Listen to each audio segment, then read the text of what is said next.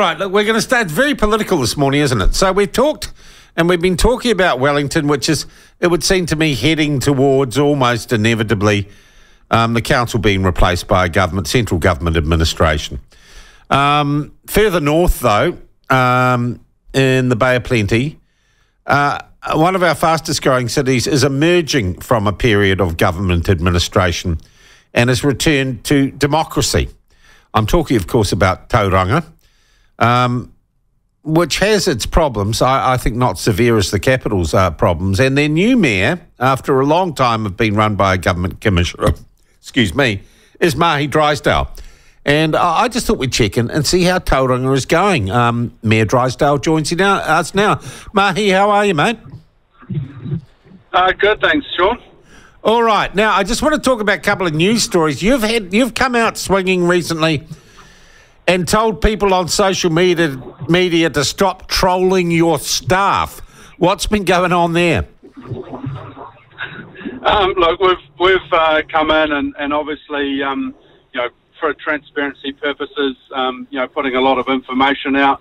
There was a lot of things done that people, didn't have all the facts about, so we've tried to come out and put as many of those out into the public as we want. I guess unfortunately, and I've got no issue about people discussing these and the rights and wrongs, etc.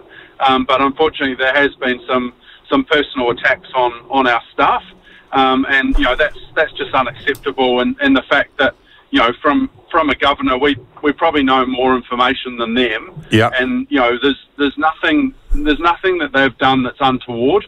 And ultimately our staff aren't the ones that are ultimately making these decisions. So I think it's just be very careful about where you direct the blame. And a lot of these transactions, we would probably have made different decisions. But you've just got to know who made those decisions and apportion any rhetoric, I guess, to the people that made the ultimate decisions, and not those that are working, doing the best Mahé, how job long they have can. you had your feet under the desk now? 3 months. 3 months, okay. I want to ask you, what is the one issue or the one difficult part of the job that you didn't see coming before you got elected? Probably what I would say is it's the reactive nature of the job. Every day you're dealing with something that you're not expecting, and I kind of that was very much I want to be forward focused. I want to deliver for the You want to city. set an agenda, right? Yeah, we want to be moving forward, but we're having to keep dealing, with the past, and I get that, but we just got to draw that balance of what's actually productive and moving us forward, and what we can't change, and I guess some of these deals, we are going through a process to investigate them, make sure they're all above board. But I'm pretty confident. Are these that deals and commercial deals and development deals done by the commissioners?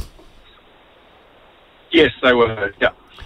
Okay, and is there a general feeling that they were not, because the commissioners were not democratically elected, perhaps not subject to the same level of public scrutiny and discussion that they might be otherwise?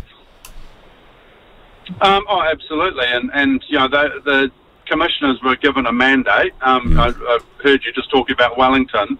There's a lot of the problem is decisions just don't get made, and cities don't get on with things, and that's Tauranga is no different. We haven't built enough. We haven't kept up with that growth. So they were given a mandate to do that, and they certainly did that. But when you move at pace, there's things that sort of drop out, and absolutely, some of those things were done to get a result, not necessarily the best financial result for the ratepayer. And I guess that's where we're coming in and saying that we're in a very tight spot financially, and we have to get that value for money if we want to do anything, because otherwise we're going to come to a complete halt. We're right at our debt ceiling, and things are tough. So, we've got to have a different lens on it. But I'm not saying that the decisions made were wrong. Yeah. They were made, again, in a different view. But in our view, we wouldn't make the same decisions. All right. Look, one other issue I've seen Tauranga mentioned in quite a lot is fluoride. And it would seem to me you have quite a few anti-fluoriders, and I think people listening to the platform know my views on this issue very well. Where is Tauranga on fluoridation of its water supply right now? So we obviously had a directive from the Director General of Health, and that was to start fluoridating the 1st of November. And we asked the Director General of Health to look at the information, consider the Bill of Rights. We hoped that we were going to delay that decision until we got those answers. Unfortunately, she said she came back and said the directive is still valid and you've got to follow it. So we've decided to fluoridate as per the directive, and that started on the 24th of October, just in testing. And as at the 1st of November has been implemented as per the directive. And so that's all over now, that debate? Yeah, it is.